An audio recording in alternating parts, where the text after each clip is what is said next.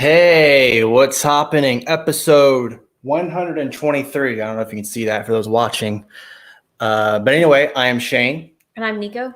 And we're very happy to have our guest today. It is Jeff Perry. He is the publishing manager over at Voluntarism in Action and also host of A Voluntary View podcast, which is associated with Voluntarism in Action. How are you doing, sir? I'm doing all right. Thanks for having me on. Yeah, thank you so much for reaching out to us and getting this whole thing fired up and kind of started and everything like that. So, yeah, thank you for that. Absolutely. So I guess just the first thing for those who don't know what Voluntarism in Action is, kind of just give a brief overview of what you guys are all about. Yeah, sure. Well, one of the things that you hear about libertarians and people who love liberty in general is, oh, you're so selfish. You just don't want to help other people, and that's why you want all this liberty. Well, we at Voluntarism in Action, people who kind of got tired of hearing that all the time. And so we decided to put our money where our mouths were. We decided to do something about it. And so we got together and it kind of formed around Logan Davies. He's the executive director. And VIA kind of started as a split off of, rather a side project of, of course, the name escapes me now, one of the big libertarian. Oh, being libertarian? There it is. Thank you, Shane. Okay. Yeah, it was a side project of them. And then Logan kind of took it and made it its own thing. Actually went through all the crazy paperwork to make it an actual 501c3 nonprofit charity, and kind of brought people on board who, like I said, were just sick of people saying that libertarians are just selfish and wanted to prove otherwise. Yeah, I do see that, I guess, stereotype or misconception, I suppose you can say, about libertarians and how, oh, you just want, people to fend for themselves and there's none of this charity. It's not like charity hasn't existed before or it's like not existing now, because people do that with GoFundMe. That's a big thing where people that when they need help, they'll say, hey, I need some help. And they'll create this GoFundMe. I need some help for like our family's really down or whatever. I lost my house or anything like that. I just need some money to get me an apartment or something like that. And so, absolutely. Yeah. Now I've seen people just on Twitter, like in the last week, like tweeting out, hey, I hate to ask this, guys, but I'm short on rent. Who was it? I think it was the Road to Serfdom account. You guys know him. And he said, I hate to ask, I'm a little short on rent. Can you guys spare anything? And I think it was within the day he'd gotten enough money to cover his rent. And it's amazing how generous people are if you just give them a chance to be. Yeah, and it's kind of weird how people conflate, like, if you are not for taxes, then that means that you're a selfish person. Like, to me, that doesn't make any sense. But that's what people think. I think people don't really realize what taxation is. Like, they see the things that they like that are funded by taxation, and so they equate those things with taxation and don't think any deeper than that. Yeah, because I know that like the income tax, for example, hasn't been around forever. It just started. It's probably like more than 100 years old now, I believe. So I think it started around World War I-ish, somewhere around there. I can't exactly remember the time. I'm sure someone's like, it's this year it started, like 1917 or something like that. Wasn't that the year of the pandemic? Something like that. Yeah. Why are you thinking about 1917? I don't know. But basically the income tax hasn't been around forever. It's still, I guess you can sort of kind of say it's a new thing. Not like relatively speaking, but it's not like it's been around since the country started or anything like that. Yeah. Yeah. And like before people were, our country was started on the fact that we didn't want to pay taxes to the British without representation. Yeah. But even now, like, we don't really get a say on where taxes go. So it's not like a charity where you choose which cause you donate to. But see, if you did that, then none of the money that the state wants the money to go to, like the defense departments, quote unquote defense departments, or wherever else goes. That's a big argument when it comes to where that money should go. There's a lot of people who say that money shouldn't go to defense; it should go to health and everything like that. Which it's definitely an understandable argument for sure. So to kind of tie it back to your guys and everything like that, how has this whole thing, especially now with the world that we're living in right now, with the COVID thing and all the lockdowns that happened, how has that kind of affected everything that you guys were doing before and since then? Well, in some ways it's been difficult because, of course, all of our stuff comes from donations from individuals and groups who don't take any money from the government. And people have had less money to give. So, am I echoing? And not on our end. Okay, good. So that's made it harder to get as many donations as usual. But on the other hand, it's also provided a lot of opportunity because there's a lot more people in need because of the things that the government has done. And we've been able to, what are some things? We really got our education initiative off of the ground because the government was really forcing everyone to homeschool because they wouldn't let anyone use the public schools that they were still taking money for. And we were able to help one of our members, Amanda. She got a fundraiser going for people who are elderly and stuck in nursing homes, kind of the forgotten voices during all of this. Ironically, the people who were most at risk were being harmed the most by the things the government was doing. So there's been opportunity and challenges too, not least that we're all volunteers at VIA, and so we've all had to work a lot harder on the outside, and then have had less time to contribute to doing this, but still made it work. So I guess because I know on your website, I think it says something along the lines of, you kind of give a definition for what voluntarism is.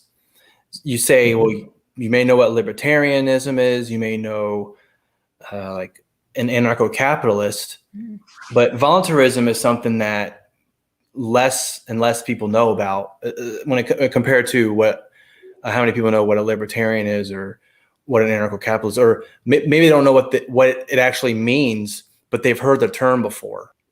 So what does voluntarism mean in a political sense? Well, I like to think of it as different flavors of liberty, and they have different emphases. The libertarians and anarcho-capitalists, they tend to focus on the property rights issues and argue from that stance. And the agorists, they tend to take a market stance toward freedom. But the voluntarists, they really focus on the individual consent issue, that something has to be voluntary in order for it to be moral. One of the guy who coined the term voluntarist was Auberon Herbert.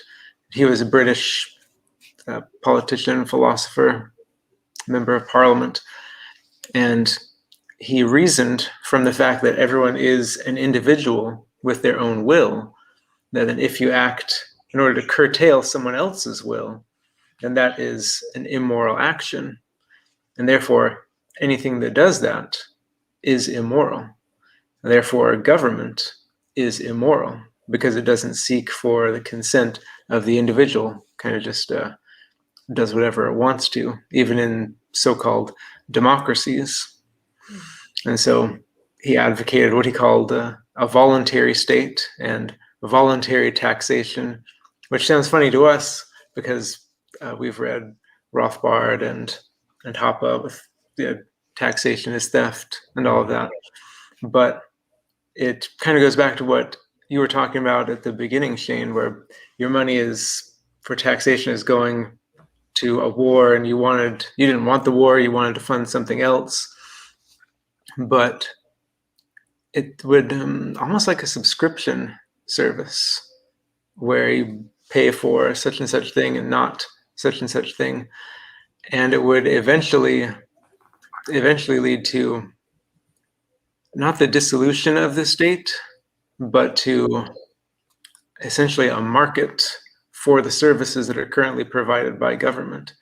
And with everything that implies, the market generally being more efficient and generally getting people what they want a lot better than a monopoly like the government does. That was kind of a rambling answer, sorry. Oh, no, it's okay. It kind of going off what you're saying, it basically creates a competitive nature because, like you said, it's basically a monopoly that the government has to where we're going to take your money and we're going to give it to however we feel it should go to.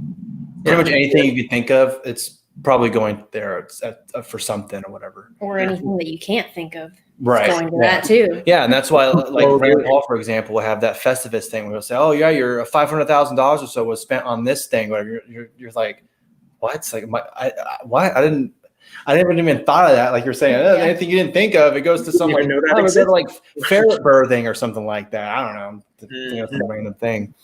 Yeah, and it's, of course, you can't voluntarily give to something you don't even know exists. Right. But if you can choose where your money goes, then eventually the things that people want instead of the things that politicians or special interest groups want, that's what happens. And that's what ends up being produced by what's now a market for all of these services instead of a monopoly. So I don't know how this is going to sound or anything like that. So I'll just go ahead and say it, but do it. I mean, this isn't like a gotcha or anything like that or anything. I think maybe for some people who kind of hear that and they say, oh, well, yes, my money will go to something that I want or whatever.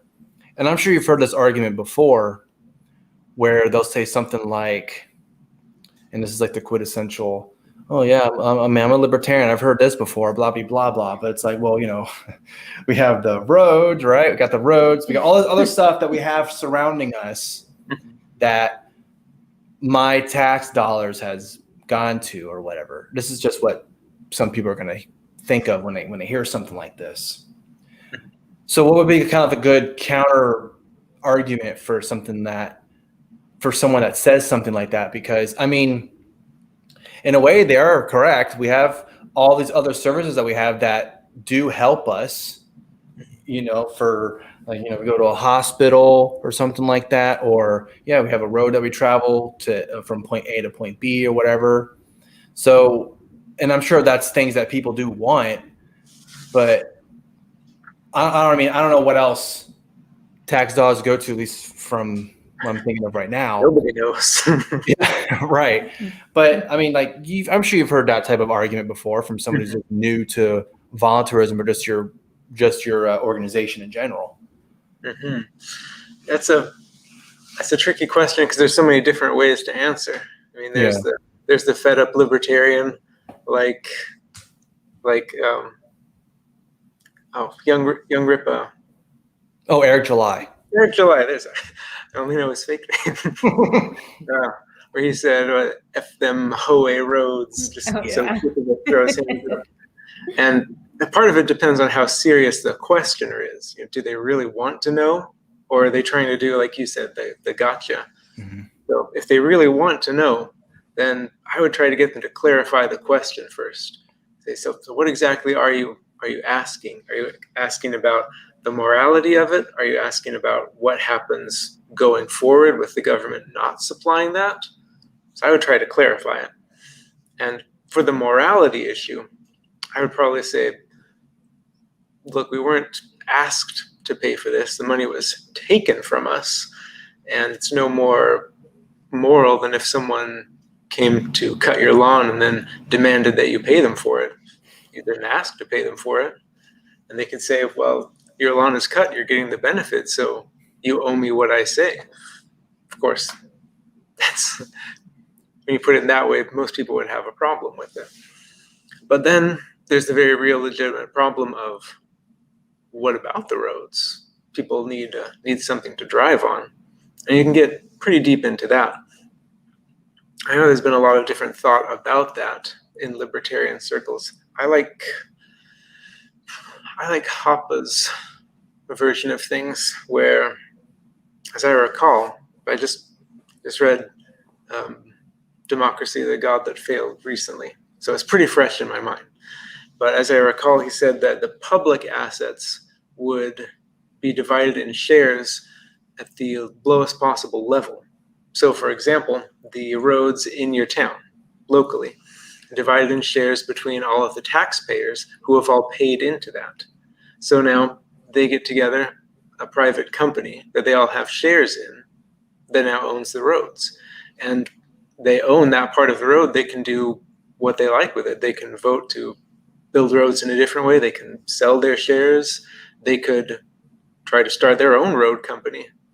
They could try to cut a deal where they're going to start a new ride-sharing corporation on those roads. And there's all kinds of possibilities.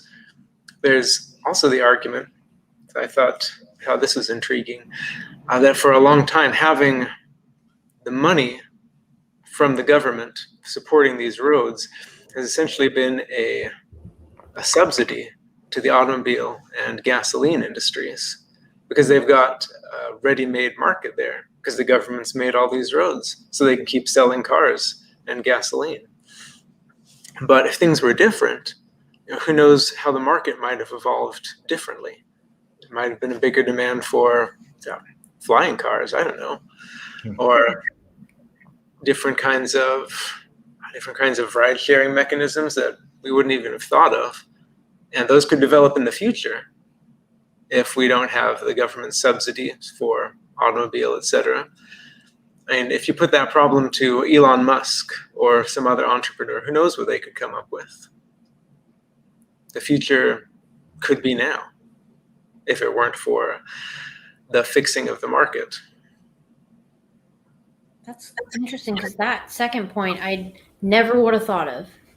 Like, I've never heard that before. But that's true, because we always think of, like, that's just how it is and that's how it's going to be. We don't really think about, like, the technology evolving around transportation, or at least the way it is now, because everything's so spread out. Yeah. Or at least in the United States it is. Yeah. But it's always been there, so they've always been able to make cars and never had to think of anything else. Yeah. And there's also arguments about the quality of the roads, of course. I lived in Alaska for a few years, and it's very different in Alaska, of course. Some of the ground never thaws in the winter. 6 months out of the year, it's covered in snow and ice, and you've got people scraping along every day to try to get the snow off and ice.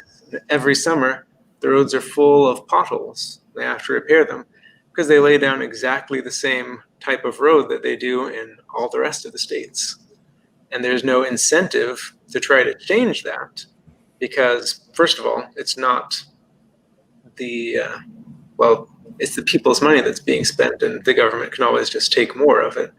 And then second, it's creating jobs, because they got to have all of those companies to repair the roads every single summer. And that's generating a lot of revenue. Of course, it isn't really. It's just cycling it back through, because they're taxing people and giving it right back to them to maintain these awful roads. And of course, a little bit always goes into the pockets of the politicians. And with voluntary road companies, you would have an incentive to keep the roads in good repair. If you don't, people are going to try to come up with other things. They're going to get sick of paying for your crappy roads. Yeah. Yeah, kind of how you're saying about living in Alaska. The terrain there is going to be different than somewhere in a state that has many plains, like Nebraska or something like that. So, yeah, or in Texas, yeah, for sure. So I think that's another thing too that I think maybe nowadays are starting to understand because of just how politicized everything is, and people are so divided when it comes to where everyone is politically and everything like that. Mhm. And there's talk of people wanting to divide and secede or whatever. And I think that's definitely something that I don't think it would happen in the near future, but it's definitely something that people are talking about a lot more than they were probably 50 or 100 years ago or so. Mhm. I mean, maybe I'm wrong on that. I don't know, but that's just kind of what I've been seeing. And It seems like in Yeah. the last 10 years, it's gotten more into the, like before then, people would be like, you're crazy. But now people are like, well, after what just happened in the past year, maybe I could see that being a solution. yeah, because I mean, someone that lives on a coastal area, like California, for example, they're not going to live the same as a farmer in Iowa or something like that. They're going to be two completely different livelihoods and what they do and the economy in general, really. So I could definitely see like every single state's going to be its own country or something like that. So we ain't going to be the United States of America anymore. It'll be the territories, the Florida-Texas Alliance. That's Right. what I'm going for. But of course, you see some politicians now that I think they're trying to make like DC, the District of Columbia, they're trying to make that the 51st state, I believe. I think it's DC. I'm pretty sure it is. But it's like, okay, I don't know. I mean, maybe they're doing that because they realize, oh, the voting bloc, it definitely favors our side. Let's get them to become a state. Yeah, I think so. And I think there's two possibilities really as things get more and more polarized. Like you mentioned, Nico, that's been happening. I think more people are starting to wake up and say, well, maybe this isn't such a good idea, since whenever the other side gets power, they always force me to do what I don't want to do. Maybe we should reconsider this and kind of go our separate ways.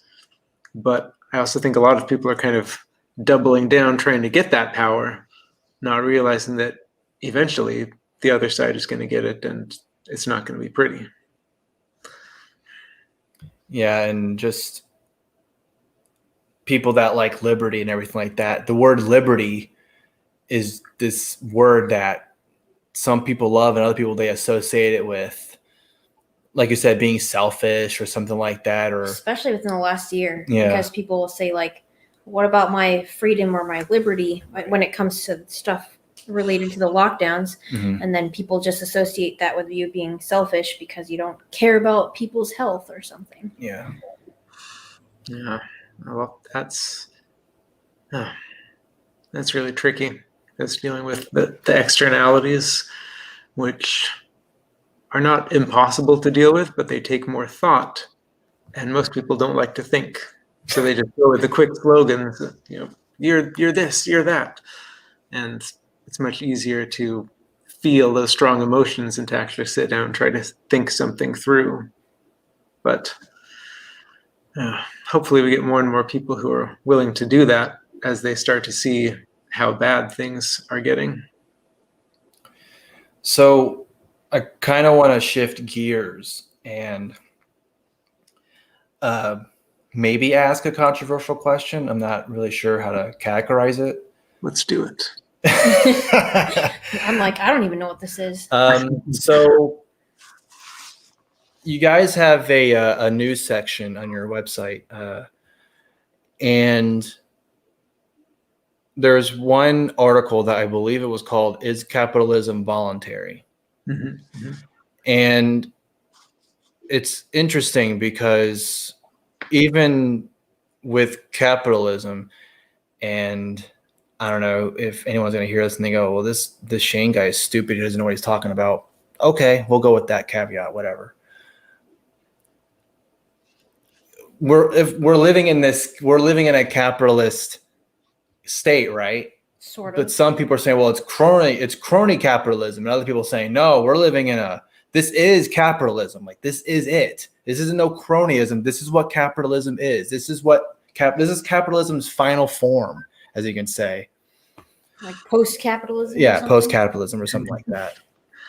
Yeah. So would that kind of I guess thought in mind in terms of how some people can look at what we're living in now, and someone will say, well, this is true capitalism. Other people are saying, well, this is how, when you have government and private entities kind of meshing together, and you don't really have any sense of what's what anymore. Like how can you I guess kind of define that in terms of what we're living in right now? Is capitalism voluntary?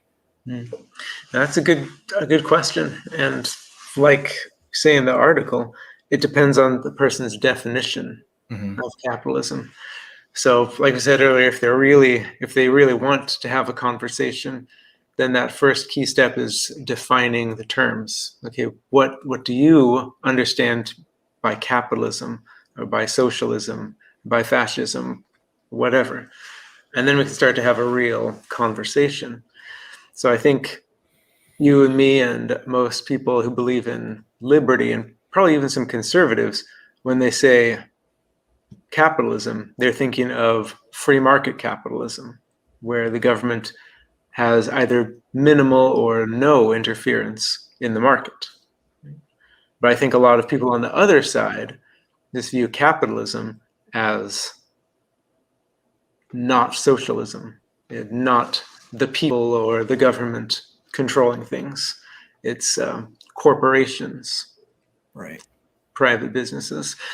And for whatever reason, they view that as a net bad, I think, because they either don't see what's happened in the past when the government, or even the present when the government controls things, or they don't realize, I think this may be more likely, they don't realize the extent to which the government currently controls markets and businesses. So I would get those definitions out of the way. This is what I mean by capitalism. This is what you mean by capitalism. And then you can start talking about what is currently existing in America and come to a definition on that. And it's funny because you look back at historically the economic aspect of fascism, and that was when the businesses, the means of production, were privately owned, but nominally privately owned, because the government would exercise control over them through regulations and laws and tell them what they could make and how much they needed to make and when they could make it, who they could hire, how much they had to pay them. So it's starting to sound pretty familiar, pretty much like America and a lot of similar countries. And when you get down to it, what exists in America currently from an economic point is more or less fascism, which people don't like to hear because fascist, it's Nazis. No. We're not bad. We're not Nazis. But economically, if it walks like a duck and talks like a duck and you're doing all the same things the Nazis did in their economy, I don't know what to tell you. That's interesting, because when you were saying that, I was like, wait a minute. That sounds like right now. Yeah, exactly. So maybe, well, I was going to say, maybe the Democrats have a point. We are living under a fascist system, but not like how they think. Yeah. Well, especially now with when COVID was happening and the government's trying to scramble, like, oh, what are we going to do? And then all the lockdowns started happening. That's when people, I think, really kind of got to what you're talking about, how we're living in this fascist system, economically speaking, because, oh, well, this is deemed essential and this isn't. Mm-hmm. So my restaurant isn't considered essential, but this big corporation called Walmart, well, they can open and do whatever they want, basically. Or like sections of Walmart, yeah, are essential, but other sections aren't. Yeah, they'll tape out some other place. You're not allowed to buy these things. You can't buy seeds. Yeah. But you can buy shoes. Right. Yeah. Exactly. And you hear this argument from some libertarians, which I think is a bad argument, that they're private companies, so it's okay that they're doing all of these things, or the government's not actually passing a law, so it's okay. They're not companies aren't being forced to do anything. I think that's a bad argument because, first, the government is controlling the narrative around all of this. So whether or not it's directly with the gun to your head forcing you to do it, the government is controlling the information and controlling, therefore, what the companies do. And I don't think it's when there's one person who has all the power in the equation and they strongly suggest that you do something, there's a limit to how voluntary that interaction is. Yeah. It's that strongly. Like once they say strongly or we highly recommend, I mean, I don't know, maybe they'll be nice if you don't walk in without a mask, but I would probably guess 9 times out of 10 they're going to start yelling at you or, hey, we're not going to serve you unless you wear a mask or something like, or you haven't been vaccinated yet. Too bad. Sorry. Move on, go somewhere else. And I think, I think that's pretty interesting because that's what put a lot of people kind of over the edge, where maybe in their head they were thinking, like, are we really living in a economically fascist system? I don't know. But then this past year or so, that's when it really kind of made people go, oh, and then just fall flat on their face or something like that. And like you were saying too, how you see some libertarians, they'll say, well, it's just a private company. They can do what they want, bro. I mean, okay. So that is something that I've also been thinking about. Well, what if the government and the corporate press definitely has a say in this too? They definitely have a huge part in controlling and letting people know what the agenda is or should be.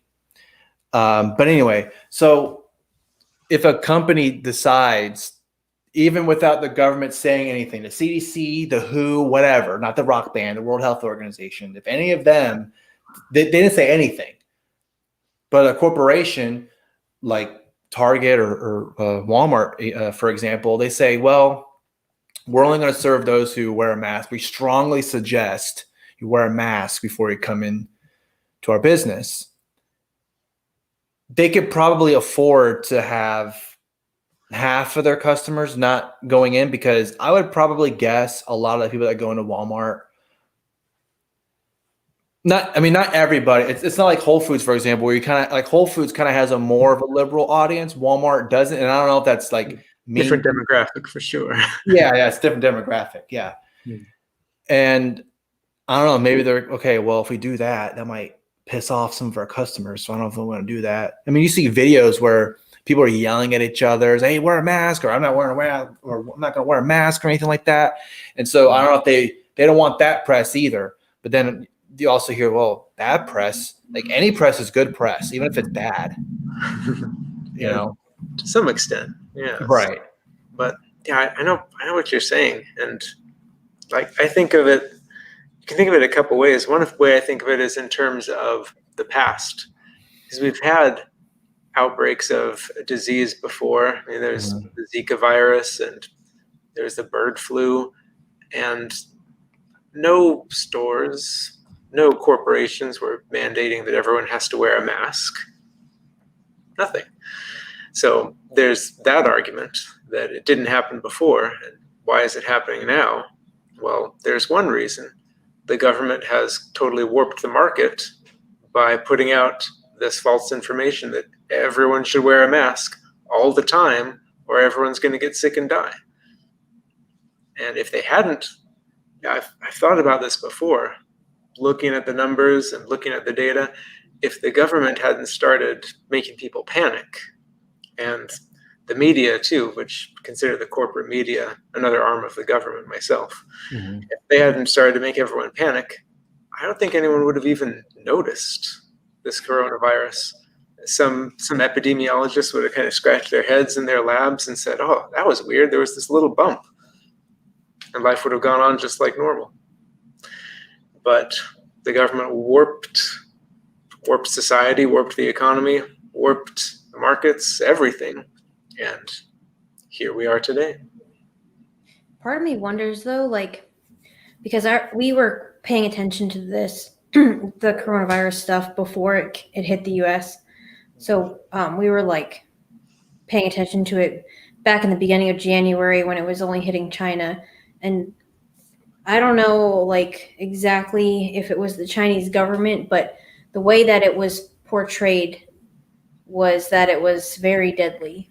So then all these other countries who ended up getting it after they didn't actually stop anyone from traveling out of the Wuhan area, everybody acted like it was the worst thing ever. So then I don't know if that influenced how the U.S. decided to handle it, or what do you think? Probably. Well, we'll probably never know the full extent of everything that happened. 'Cause there's some really fishy stuff that's gone on in the past year, and especially when you start to look and dig deeper into the numbers and the studies, and you see how much the government has put out that's just flat out not true, it's pretty crazy. But yeah, and we're going back to then the voluntary part of things. If the government didn't have all of this power to unilaterally impose, okay, nobody can go to work now except the people we want to, then things would have gone a lot differently. Maybe, and of course you can't say for certain, yes, everything would have been fine and nobody would have died. We can't know that. But we can know people wouldn't have forcefully been locked in their houses and prevented from working, prevented from exercising, stressed the heck out. All things that are going to bring down your immune system. How much did that contribute to extra deaths? We can't know.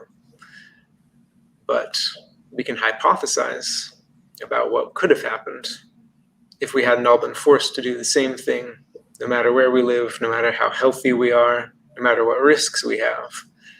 And that's the kind of thing that a voluntary society could address and could get around.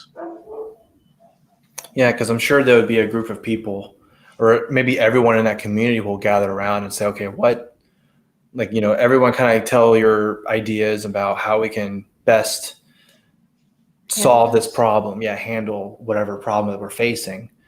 And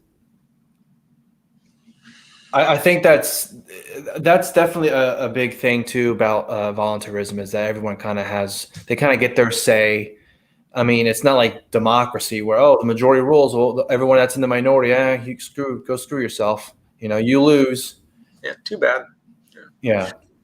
Exactly. And in the case of the businesses, particularly with the mask mandates, like you mentioned, it starts to cut into their profits when people don't show up to buy their stuff because they don't want to be forced to wear a mask.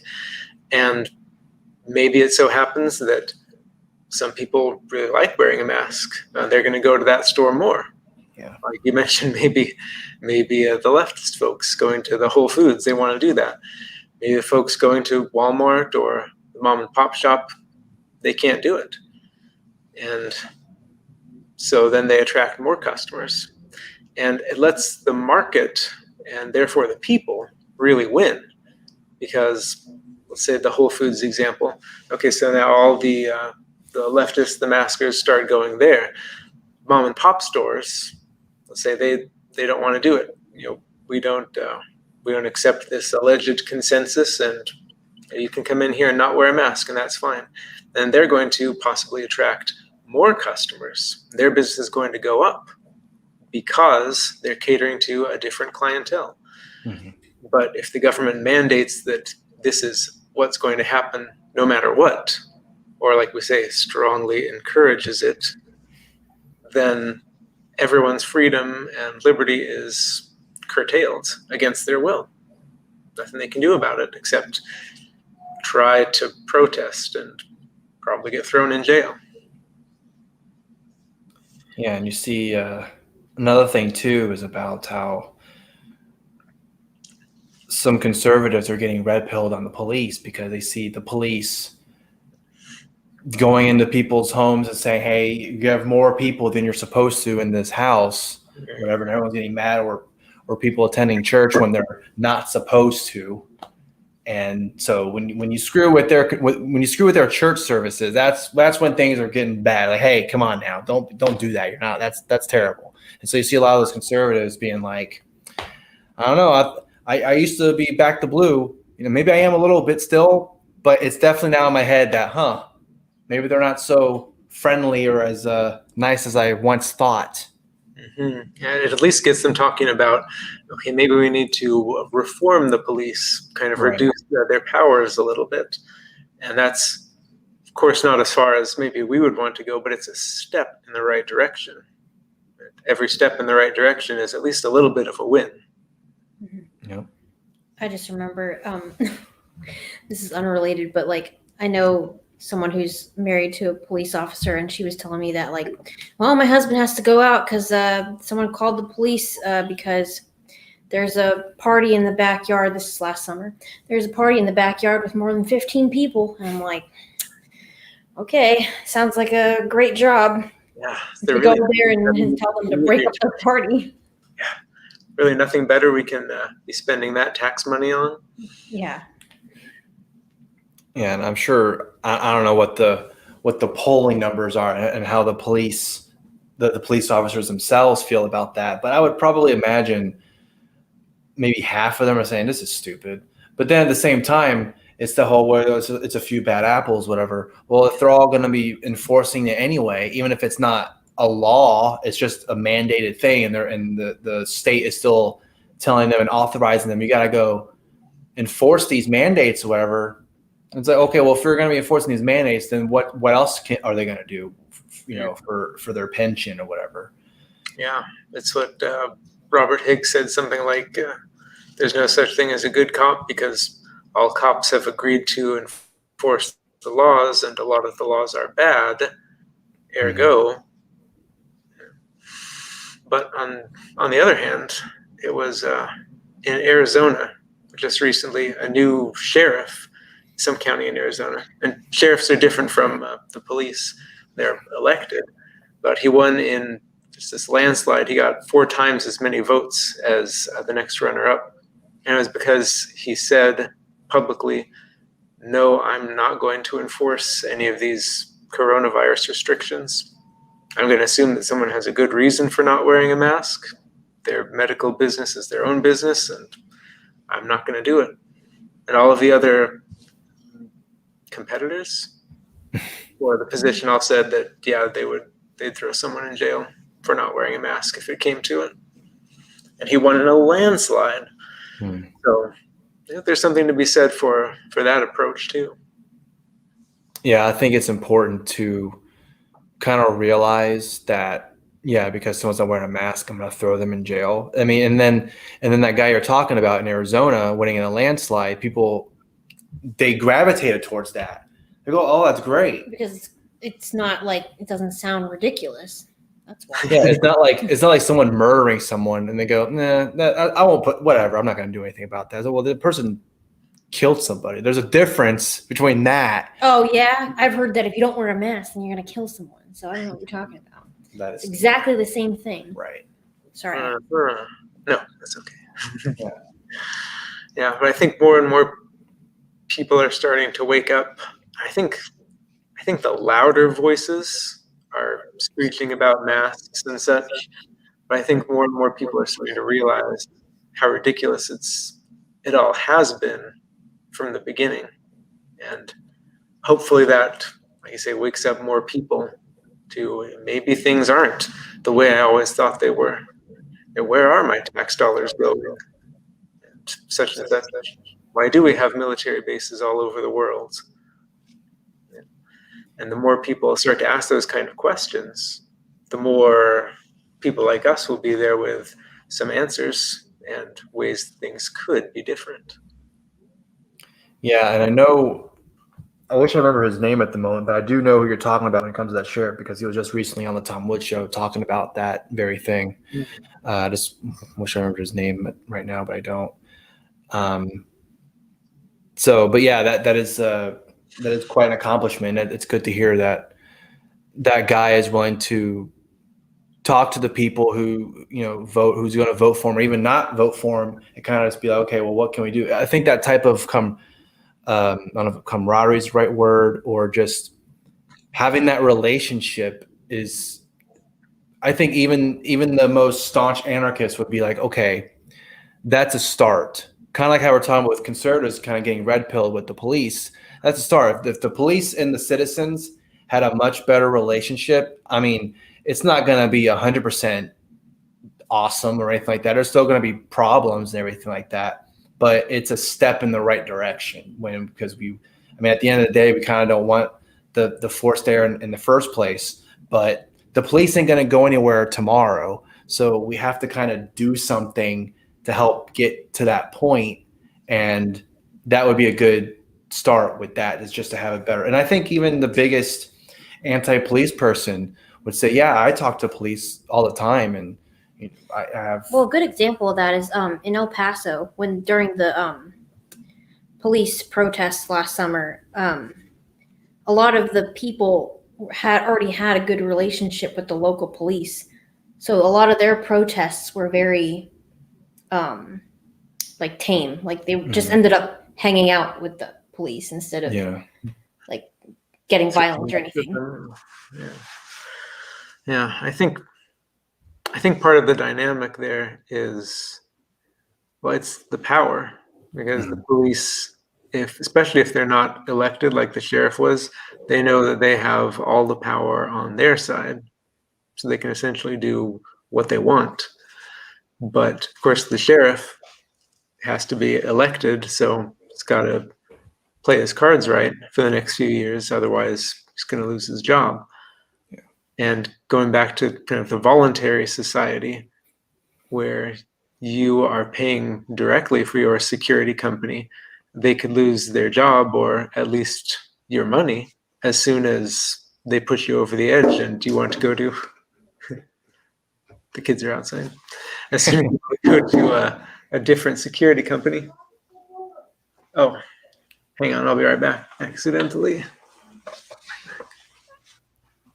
Well, there you go. That'll be our future. I know, right? While we're doing the live stream. Oh, by the way, we gotta go take care of our crying child. Right now, he was kicking me. Oh yeah. Yeah, a little bit.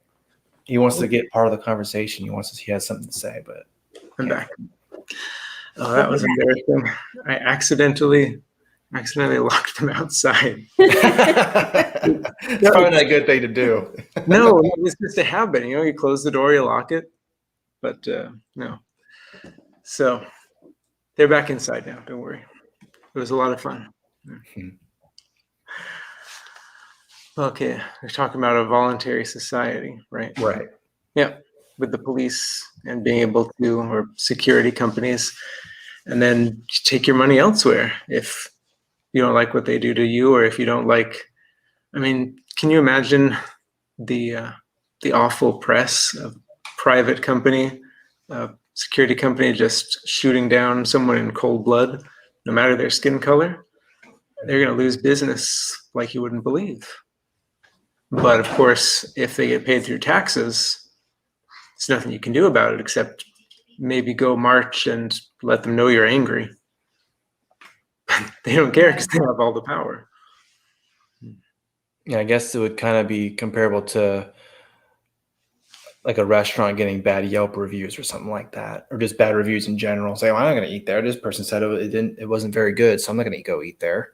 So they'll be losing business. Or like they poisoned someone to death. Right. So we're not going to go eat there. Yeah. Well, yeah, exactly. Because exactly. I don't want to be the next poisoned person.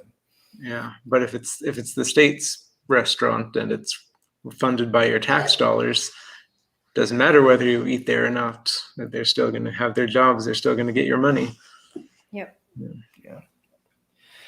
So, just wrapping up, just talk about voluntarism in action and just some of the kind of the different, I guess, I don't know what the right term is, but the projects? Yeah, the different projects that you guys are having or that are going on over there.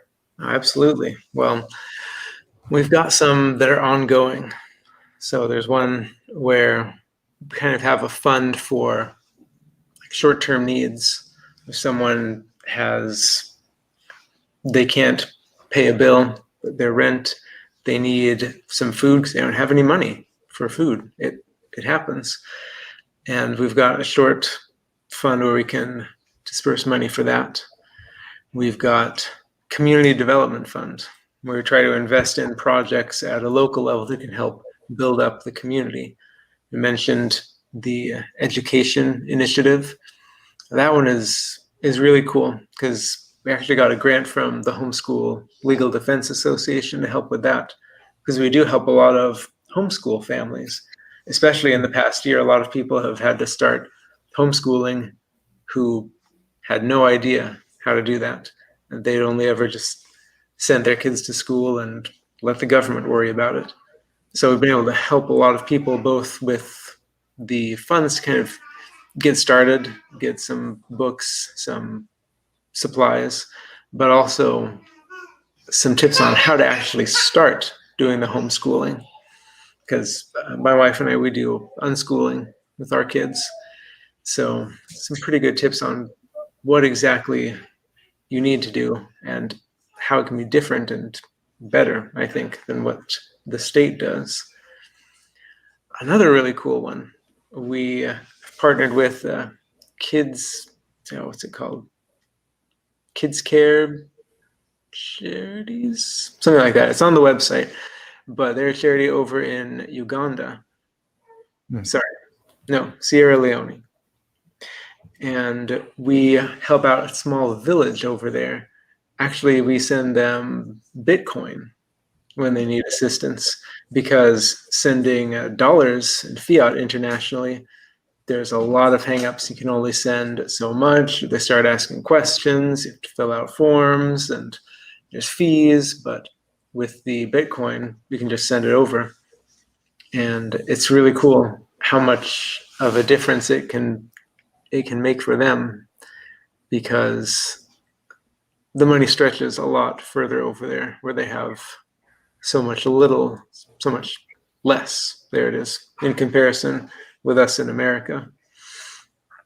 There's a more recent one that we've started doing, what with the growing season and all of the economic uncertainty that's come. We started one where we give out seeds, heirloom seeds, partnered with True Leaf Seed Company to get a hold of those and push them out to people who are interested in growing some of their own food. With all of the economic uncertainty that's come recently, it never hurts to be able to do that and to have a little bit of extra food around. So a self-sufficiency angle on that one. And we're trying to roll out this week. We've gotten, what is it, Tuesday? Yeah, meant to have it go out today, but hopefully tomorrow. A fundraiser to partner with an organization that's on the ground in India, trying to help the people who are suffering over there from COVID, but also from the government lockdowns and all the government measures, which I think is the real virus, the real epidemic. But that's some of the things we've been doing recently, and pretty excited about it. We're always trying to look for the next thing, more ways we can help people. And we like it to be big, of course, so we can help more people. But the onesies and twosies are always fun too, especially since it's really nice to be able to help someone and to see that you've made a difference in their lives. And that's one reason we also encourage people not just to donate to us, which is great, but also, or even if you don't have any spare change to send to us, get out there and help someone on your own, and not to just sit back and think, that's the government's job. That's what welfare is for. I voted for Bernie Sanders. I've done my part. But to get out there and actually try to make a difference. And what I think people will find is that it not only helps their community, but it also helps themselves. There's something that's missing when your money is just taken from you and then given to someone else, compared to when you actually go to someone, talk to them, find out what they need and how to help them, and then do it. There's a human connection there where you're both made a little bit better. And that's completely missing when the government takes over that and replaces it with an automated system and bureaucracy. Yeah, so I'll go ahead and just show the website so people know what it is, and it's it's a viaction.org. And so here's the website for those watching, and kind of showing all of the different things that they're doing over there. And so, yeah, you guys are doing really good work over there. And, you're kind of putting your money where your mouth is, so to speak, where like you were saying at the beginning, people say, oh, you're just selfish because you're a libertarian, where you're showing that you are giving back and you are kind of helping people out with donations and everything like that, and kind of spreading the word about what else is happening around the world and here in America as well. So I think a lot of people are definitely appreciative and respect what you guys are doing over there. So thanks, Shane. Well, it's been great talking with both of you. Yeah, a lot of fun. And I know you guys, things are going to change for you soon, welcoming a new member to the family. Yep. And it's funny because while you were talking before, he was having hiccups, and I'm like, okay, this is weird. Like, it's been a long time having hiccups. Are you okay? yeah. Oh, nice. So you know it's a little boy? Yeah. Exciting. So, yeah. So again, Jeff, thank you so much for coming on and taking some time to talk with us and let people know about your organization. Thank you for having me on. It was fun. Yep. Oh, I thought you were going to do the outro. Oh, no. Okay. Yeah. All right. So for everyone watching and listening, thank you so much. And I'll let you know what's happening in the next one.